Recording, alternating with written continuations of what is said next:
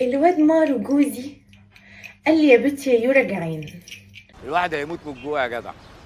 يا ترى مرات اخويا طبخ ايه النهارده؟ قلت له ابشر، عايز تاكل ايه؟ طب بصوا، انا عندي حله محشي من امبارح، هسخنها وتفطروا بيها. قال لي مكرونه وبانيه. انا غلبت معاها يا دكتور تبطل اكل العينين اللي بتاكله ده. عملت له المكرونه وعملت له البانيه، هو انت صعبان عليكي نوفر؟ وبعد ما عملتهم ما كلهمش، ودلوقتي قال لي انا جعان. 3 حاجات ما كلهمش واصل: السوشي والوكل البايت والاونطه. قمت قلت يلا انا هحط له الاكل بكل حب واشتياق ما هو لما يقرص الجوع هيجي ياكل لوحده. وغرام. شوفوا المكرونه وجمالها عامله ازاي، عاملاها بالفلفل الالوان، خطيره.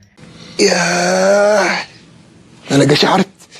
هستخدم اكبر طبق عندي شبه الصينيه، كفايه لت وعجن، الوكل هيبرد. لان هو جعان قوي، فمش مش هستنى ياكل في خادي، انا اتغديتي اصلا قد كده.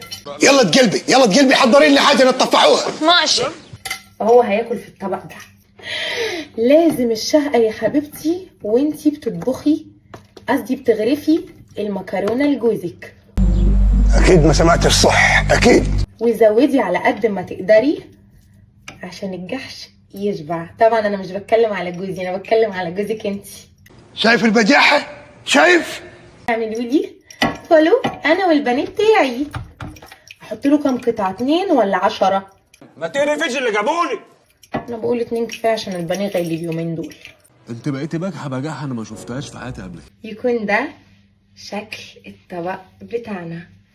بس اقول لك على حاجه، انت طلعت بتفهم اها. امال انا كنت فاكرك بهيمه ليه؟